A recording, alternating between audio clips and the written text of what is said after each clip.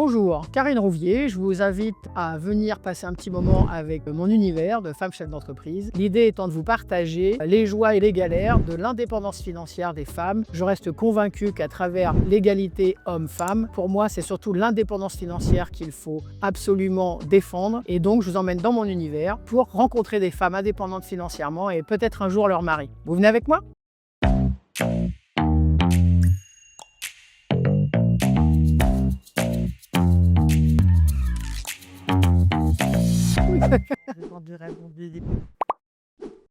Bonjour Rogiata.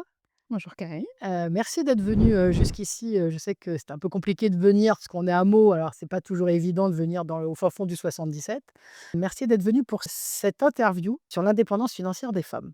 Ouais, merci à Euh, toi de l'invitation. voilà, donc on va passer un petit moment. L'idée, c'est que tu puisses m'expliquer un peu aujourd'hui quel est ton parcours, ta carrière.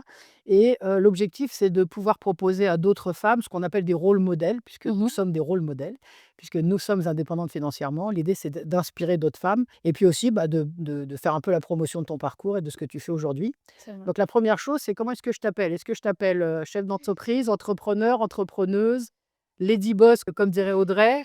J'ai pas pensé à ça, mais tu peux m'appeler, Lady Boss, ça me va. Lady Boss aussi, tu aimes Ouais. bien? Je crois qu'elle va Ouais. lancer un truc en fait, Audrey.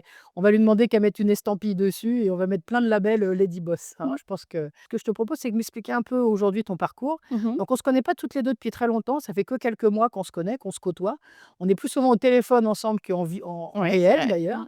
Mmh. Donc voilà, donc on s'est connus il y a peu de temps dans le cadre d'un programme de mentorat avec, la région Île-de-France. Et du coup, au fur et à mesure des discussions, je me suis dit: «Bah, au final, cette jeune femme, elle est indépendante financièrement, donc je me suis dit qu'il fallait que tu viennes». Donc voilà. Donc explique-moi un peu ton parcours. Qu'est-ce qui fait qu'aujourd'hui tu es indépendante financièrement? Donc ça peut être, tu m'expliques ta famille, tes études, ce qui te convient, qui nous permettent de comprendre pourquoi aujourd'hui tu es devenue indépendante. Ça marche, merci. Moi, je suis Rojata, je suis d'origine sénégalaise. J'ai grandi, dans les Hauts-de-France. Donc j'ai grandi vraiment avec une double culture, la culture française et la culture sénégalaise.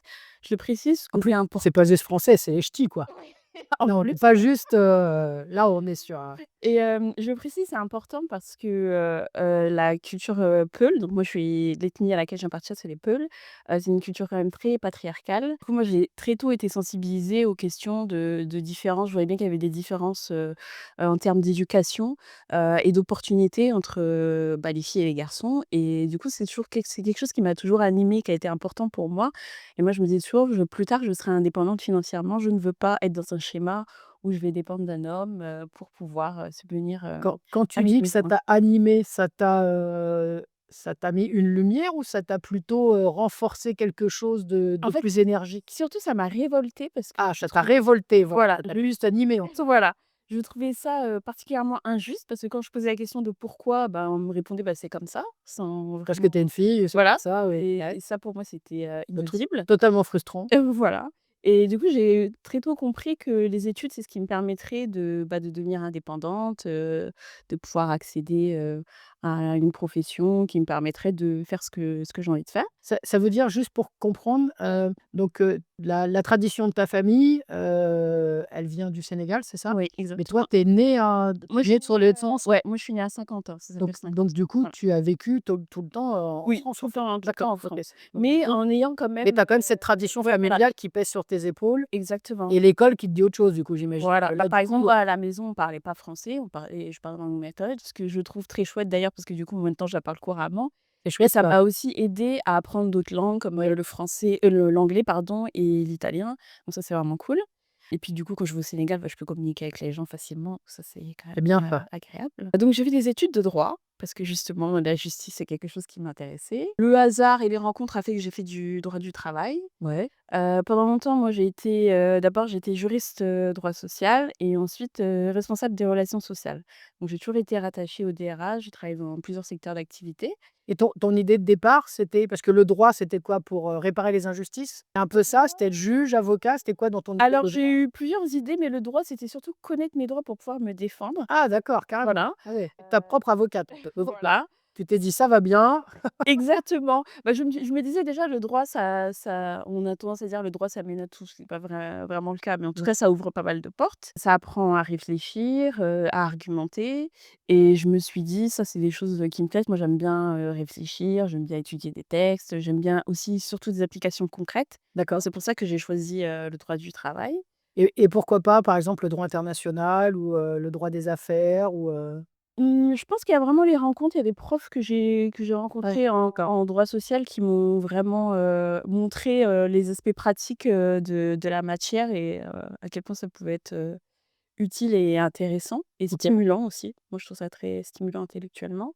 Et donc j'ai commencé à bosser en tant que juriste, je bossais dans différents grands groupes et quand on est à la RH, ben, on est amené à traiter un peu de tout et j'ai commencé à travailler sur des dossiers de harcèlement, de discrimination. D'accord. Je me suis rendu compte, qu'on n'était pas du tout outillés, qu'on n'était pas forcément formés, donc moi, au fur et à mesure du temps. C'était, quand ça? C'était quelle année où tu as commencé à te rendre compte du harcèlement, enfin du manque d'outillage? C'était quand? Je sais pas, je dirais il y a peut-être 8 ans. D'accord. Donc Voilà, c'était c'est quand même c'est ouais, quelque chose qui était dans l'air. C'est au moment où dans les prud'hommes, on commençait à parler de harcèlement moral. exactement, On a harcèlement commencé à le moral. reconnaître à cette époque-là, c'est ça? Exactement, D'accord. ouais. OK, là, toi, tu te rends compte qu'au prud'homme, c'est là, mais dans les entreprises, c'est pas là. Ah bah oui, Il y a pas ce qu'il faut. la discrimination, c'est pareil, le harcèlement sexuel, Ouais, ça c'est pareil, c'est quelque chose que j'ai constaté où je me disais: «Bah, qu'est-ce qu'on fait? Qu'est-ce qu'on met en amont en termes de prévention?» d'accord. Bah, pas grand-chose. En général, on a tendance à gérer le problème quand il se présente. À la rigueur, il y a une transaction qui va être faite, mais on va pas forcément, prendre les mesures que moi j'estime, nécessaires. Donc toi, en fait, ton constat, c'est qu'il y a pas de prévention. Il y a On pas s assez, Il y a pas pas assez. assez, c'est ça le manque Ouais, d'outils. C'est ouais. pas seulement le manque d'outils sur l'enquête, mais c'est sur le manque de prévention déjà. Il y a les 2. Il y a le manque D'accord. de prévention, parce que ça, je pense que c'est vraiment un levier important pour, réduire, les risques, que ça se Oui, ça réhabite. sert prendre conscience aux gens Voilà, que ça existe, en fait. expliquer, faire de la Ouais, pédagogie, donc la prévention et puis les outils. OK, il y a des discriminations. Par exemple, si un salarié dit: «Bah, moi, j'appartiens à un syndicat, je n'ai pas eu le déroulement de carrière que j'aurais dû avoir, j'ai été discriminé, je demande des rappels de salaire sur, je ne sais ouais, combien d'années». Bah, qu'est-ce que vous avez comme outil pour, gérer ouais, ça? ouais. Avant, les entretiens annuels, par exemple, c'était pas forcément formalisé, de manière informatique comme aujourd'hui, donc on Ouais. n'a pas les traces de expliquer, bah, pourquoi lui, il a une augmentation et pas un autre. Ouais. Donc c'est ça qui m'a amenée. Donc au fur et à mesure de ma réflexion, puis j'ai aussi rencontré, quelqu'un lors d'une expérience professionnelle dans un club de foot qui m'a dit: «Ah mais tu as un profil intéressant, est-ce que tu as pas envie de travailler sur ces questions?» Et donc lui, il travaille sur, les questions de racisme notamment depuis très longtemps.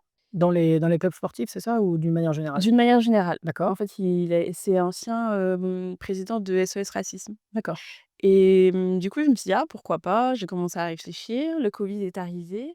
Ça a achevé de me dégoûter de la profession de responsable des relations sociales en RH, c'était vraiment compliqué. Et pourtant, au moment du covid, il y avait enfin, c'était énorme le Bah, justement, je ne faisais que ça. Moi, je, gérais les protocoles sanitaires à la dernière minute, d'accord, avec le gouvernement qui vous dit: «Bah, à partir de demain, il faut appliquer telle règle, ouais. il faut consulter les Qu'est-ce qui spécialistes». t'a donné envie de qu'est-ce qui t'a dégoûté? Qu'est-ce que tu as trouvé vraiment qu'est-ce qui t'a usé?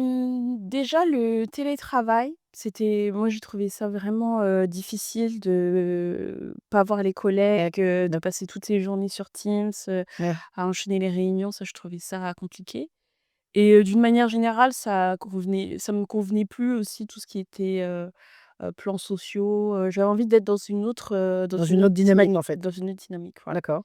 Et du coup, j'ai décidé de me mettre à mon compte. Donc j'ai créé un cabinet de conseil qui s'appelle DEI Alors Conseil. attends, stop, là, parce que tu as dit: «J'ai décidé de me mettre à mon compte», bam!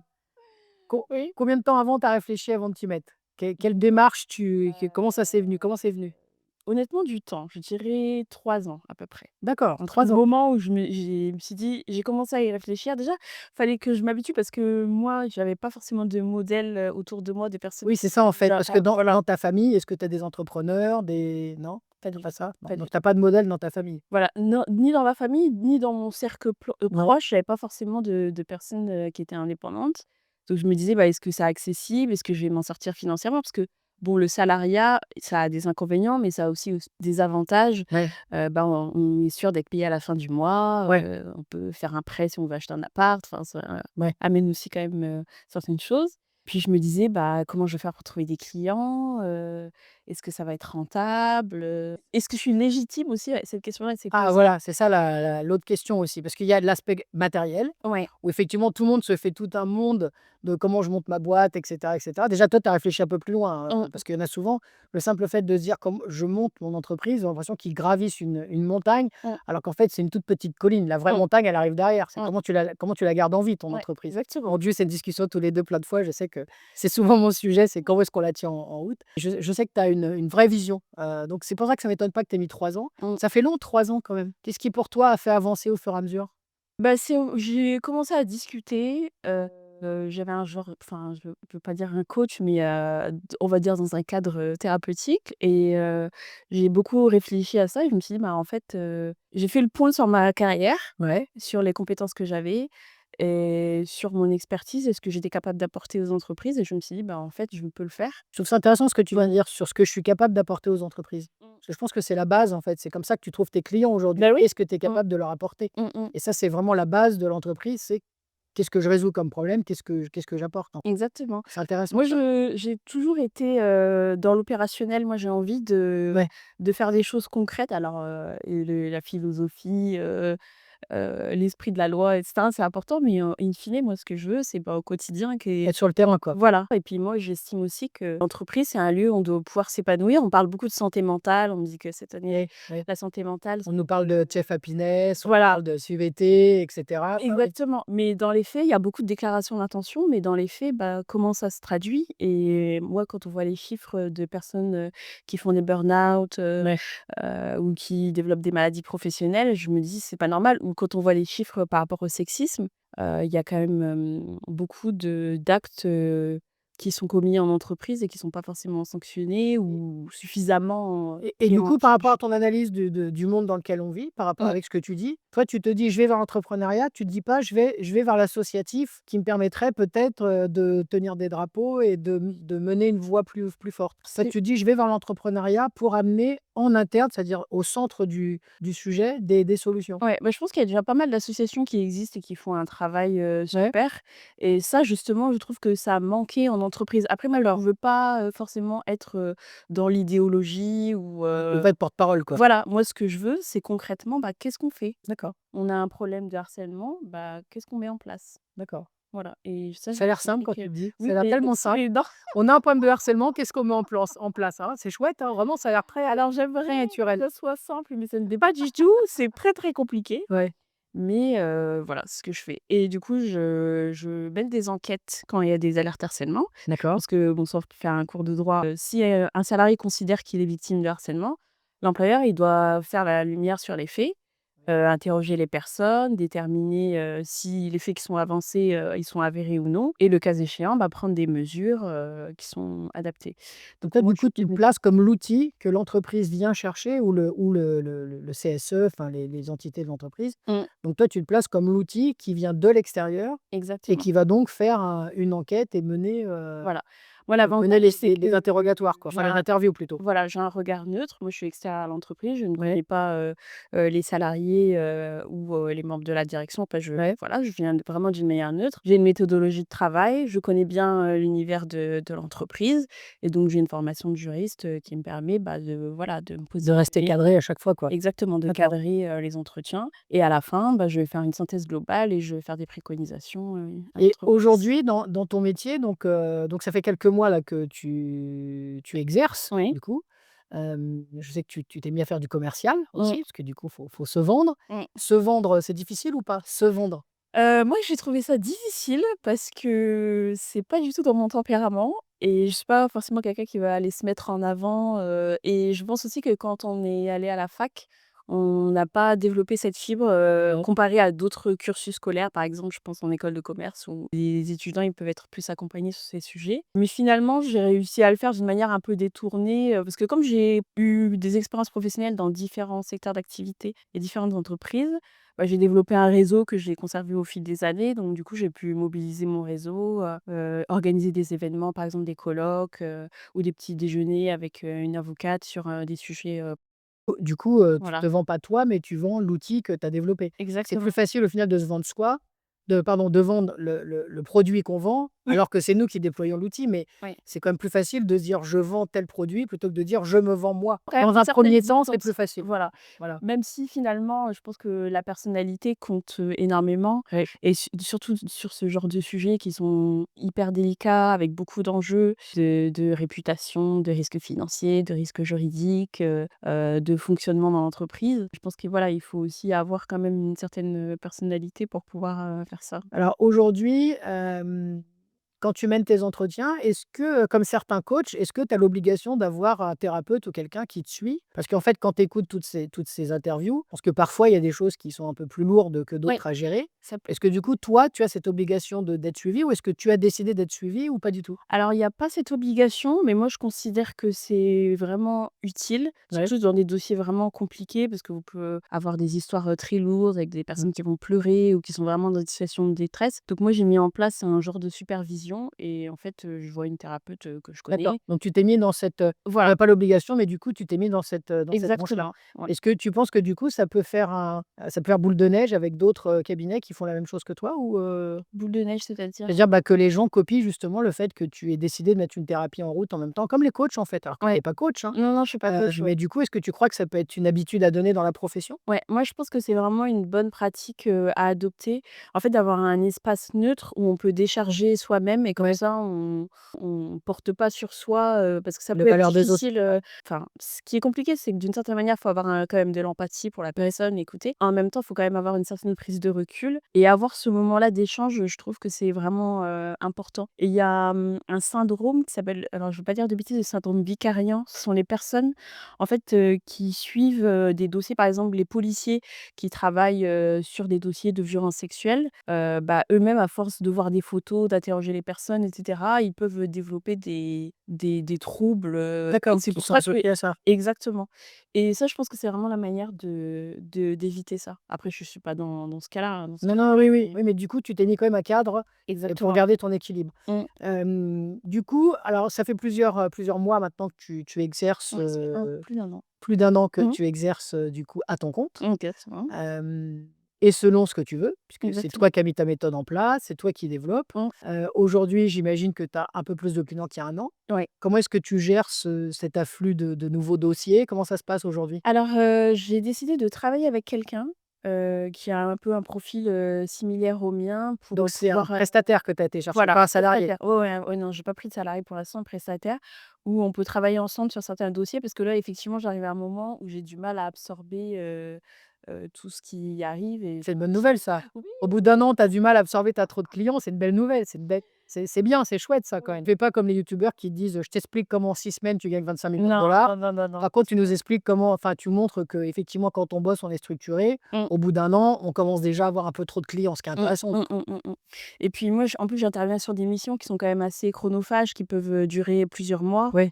donc ça nécessite quand même une certaine organisation et à côté des enquêtes, j'anime aussi des formations, par exemple pour les représentants du personnel ou, pour les managers, comment prévenir le harcèlement moral, ou expliquer ce que peut être le harcèlement sexuel en entreprise et je fais également des audits, sur des questions très spécifiques comme par exemple l'égalité de salaire entre les femmes et les hommes. D'accord. Parce qu'il y a une, directive européenne, sur la transparence des rémunérations qui va entrer en Qui vigueur arrive là bientôt là, ouais. voilà, en juin 2026 au plus tard et qui va vraiment changer la donne, par rapport au salaire. C'est-à-dire que, par exemple, les candidats, ils devront être informés de la fourchette de rémunération, au plus tard au moment de l'entretien. Oui, Sauf ouais. qu'aujourd'hui, c'est: «Ah bah, quelle est votre rémunération?» Bah, c'est selon le profil où on va vous dire, bah: «Quel est votre salaire actuel?» Alors cette question, elle est pas du tout pertinente pour évaluer, Elle est pas du tout pertinente. le Lu ça c'est marrant que tu parles de ça, parce que j'ai lu ça effectivement, il y a pas longtemps là et je me dis: «C'est assez intéressant». Donc du coup, quand tu lis ça, tu dis: «Qu'est-ce que moi je fais habituellement?» pour voir si on se situe et en fait, je pose une question qui paraît toujours très étrange aux candidats. À chaque fois, je leur demande jamais combien ils gagnent aujourd'hui, parce que mmh. j'ai envie de te dire, ça m'intéresse pas. À chaque fois, je leur dis: «De combien vous avez besoin pour vivre?» et alors là, ça en général, les gens sont assez,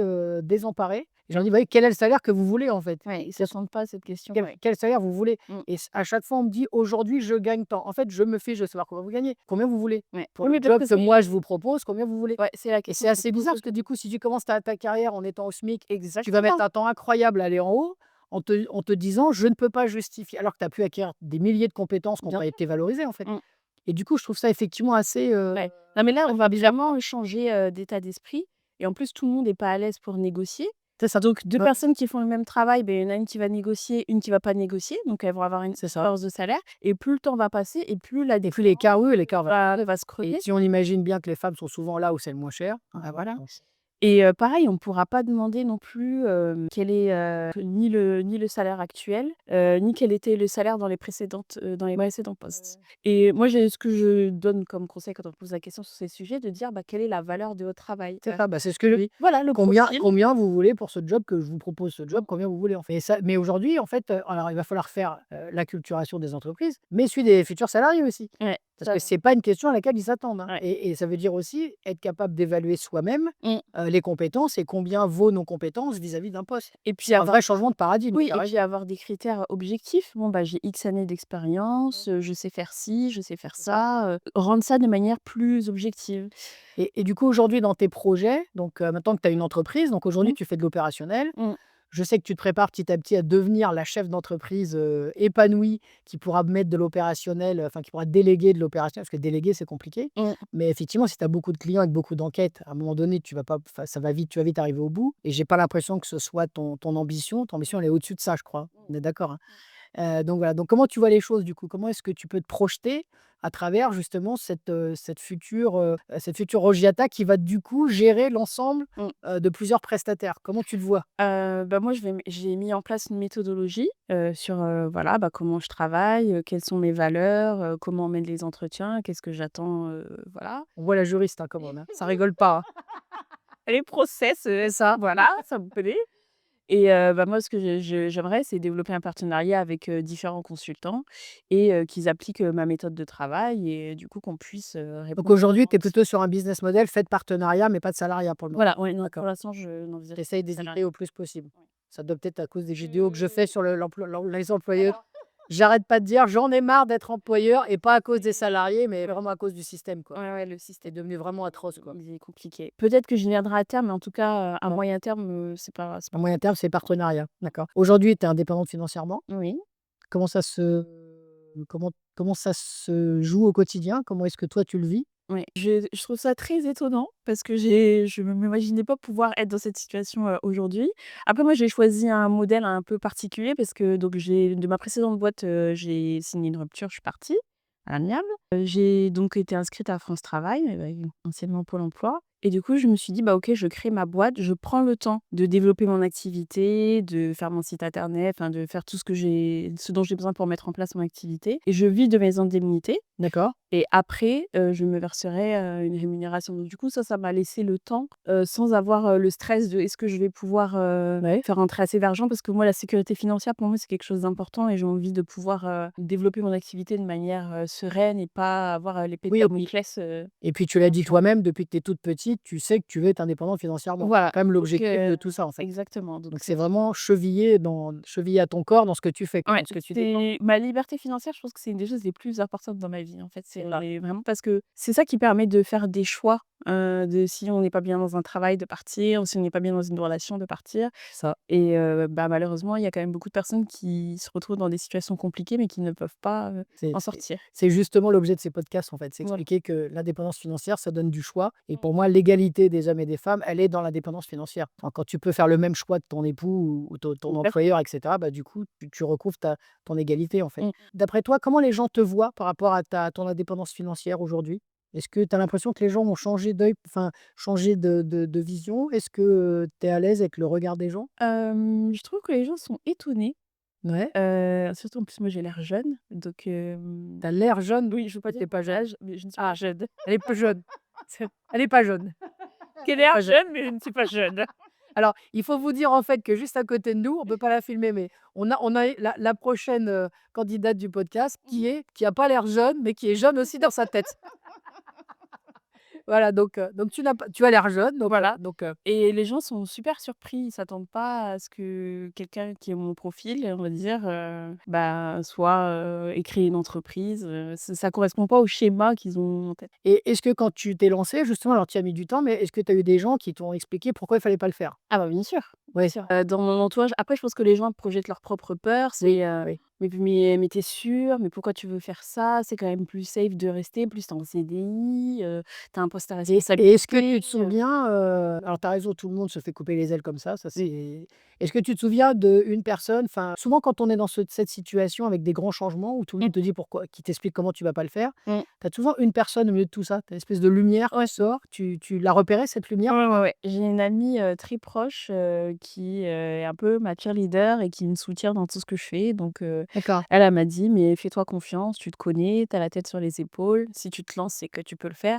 Et puis aussi quand j'ai commencé à parler de mon projet à mon réseau professionnel, ils m'ont dit: «Ah bah super». Par exemple, il y a une Oui. avocate, elle m'a dit, «Ah mais moi ça m'intéresse, si tu fais ça, je te recommanderai à mes clients si Oui, besoin». tu as testé direct dans le professionnel en fait. Tu as Voilà. tout de suite compris qu'il te fallait des clients en fait. Et du coup, je me suis dit: «Ah mais ça veut dire qu'elle me fait confiance et qu'elle, me sent capable de faire ça». Parce que D'accord. c'est quand même engageant de recommander, Oui, oui, quelqu'un tout à à un fait, oui, client. tout à fait. Je me suis dit: «Bah, ce que je fais, c'est pas déconnant». Après, c'était quand même dans la continuité de ce que je fais. Je me suis pas arrêtée pour, devenir boulangère ou Alors même quelque si tu chose. étais devenue boulangère, je pense Oui, qu'aujourd'hui tu serais une excellente boulangère. Il faut avoir un peu de confiance en soi. mais ce que je veux dire, c'est que c'est pas quelque chose Ouais. qui Non, sort de nulle part. ouais, c'est assez marrant cette petite lumière que tu as à côté de toi, parce que moi aussi, en fait, quand j'ai basculé d'un CDI où j'étais très bien payé, enfin, et cetera, tout se passait très bien. Mmh. J'étais membre d'un comité de direction, donc j'avais tout ce qu'il fallait. Et quand j'ai dit: «Bah, je vais racheter une boîte, parce que j'en ai marre, je veux changer de vie, et cetera», oh, les gens m'ont expliqué comment ça allait mal se passer. Alors à part ma famille proche enfin mon mari qui était quand même assez, soutenant, j'ai quand même une amie qui était la lumière en fait. Mmh. Et donc pendant cette période, je suis resté un peu dans un bocal avec cette lumière, tu vois? Je voyais pas trop de gens, j'avais besoin qu'on me dise: «Ouais, tu peux y aller, ça va marcher». Je Mmh. pense que C'est c'est un important, peu, c'est ouais, hyper il y a important. besoin de ça. Donc vraiment il faut que les femmes comprennent qu'on nous a coupé les ailes, mais elles sont toujours là en fait. Elles sont prêtes se redéployer s'il y a besoin, Mmh. quoi. Il faut aller chercher la petite lumière. Ouais, faut s'adresser aux bonnes personnes. Ouais, Voilà, prendre du recul quand la personne vous dise: «Non, mais fais pas ça», OK, ça leur appartient. Mais moi, j'ai bah, par exemple, dans la manière dont on s'est rencontrés, moi, j'étais dans le cadre d'un réseau qui s'appelle Entrepreneurs Leaders, là, de la région ouais, Île-de-France. ouais. Bah, ça m'a permis de rencontrer d'autres femmes entrepreneurs, qui sont un peu dans les mêmes questionnements, avec qui on peut échanger, on se soutient, voilà. J'ai intégré aussi un collectif, qui s'appelle Respondi, donc c'est un collectif qui est, composé principalement de consultants RSE, mais pas que. Du coup, on D'accord. partage, des valeurs, on se voit de temps en temps, on discute, de nos sujets et En fait, tu as réussi à te mettre dans des réseaux, petit à voilà, petit, tu te mets dans des réseaux qui ne sont pas les réseaux sociaux, exactement. mais qui sont plutôt des réseaux, concrets, Ouais, en présentiel ou dans lesquels tu peux encore t'enrichir de l'expérience des autres, en fait, c'est ça? exactement, ouais Alors je et pense que ça va pas s'arrêter, en fait. ouais, C'est c'est c'est le bon côté d'être chef d'entreprise, c'est que du coup, tu continues ouais. de grenouiller un peu partout et de ramener des choses qui Ouais, te plaisent, quoi. la force du collectif, je pense que c'est vraiment, fondamental et puis moi j'adore, rencontrer des nouvelles personnes, discuter donc du Et je coup pense je je pense pense que qu'on sous-estime aussi la solidarité entre patrons. oui. Quelle que soit la taille du patron, en Mmh. fait, enfin pas la taille physique, mais la taille de l'entreprise, Mmh. je pense qu'on sous-estime assez. Alors quand une fois que tu es patron, tu t'en rends compte. Mmh. Tant que tu es pas patron, on fait que taper sur les patrons en France, donc on a l'impression qu'il y a que des petites, quilles sur qui on tape dessus, alors Mmh. qu'en fait, il y a une vraie solidarité, quoi. Ouais, moi j'ai rencontré plusieurs personnes, voilà, qui spontanément m'ont Ouais, proposé, des choses, qui m'ont tendu la main, qui m'ont proposé des tout à fait. services. Donc ça, c'est vraiment Ouais, il y a chouette. une vraie solidarité, faut pas le et donc les femmes qui sont pas encore entrepreneurs, faut pas hésiter à aller voir les entrepreneurs, tels que toi ou moi, Mmh. et puis taper à la porte et dire: «Comment ça se passe?» Mmh. Voilà. Ouais, puis même on peut utiliser même des réseaux professionnels comme LinkedIn, Oui, contacter, «J'ai ouais. vu votre profil, est-ce qu'on peut se voir pour se poser des C'est questions?» un peu plus compliqué parce que c'est Ouais. virtuel, mais oui, Mmh. on peut aussi passer par là. Ouais, mais ce que je veux dire, ça peut être un point d'entrée pour contacter la Mmh, personne si tout à fait. on la connaît pas directement. Je suis Mmh. d'accord. Faut oser, en fait. Voilà. Si demain, alors je vais pas te dire comme j'ai dit aux autres, tu vends tout, tu deviens riche, mais là aujourd'hui, Mmh. si tu te projettes, par exemple dans 5 ans, ça marche, incroyablement bien. Tu as, 60 prestataires qui tournent pour toi tous les jours. Tu es Mmh une chef d'entreprise, une vraie, businesswoman. Tu gagnes beaucoup d'argent. Qu'est-ce que tu fais? Qu'est-ce que tu fais de cet argent qu'aujourd'hui tu ne pourrais pas t'offrir ou quelque chose que tu voudrais absolument? C'est quoi le qu'est-ce que tu en ferais de cette indépendance financière, Bonne plus, plus, question. plus?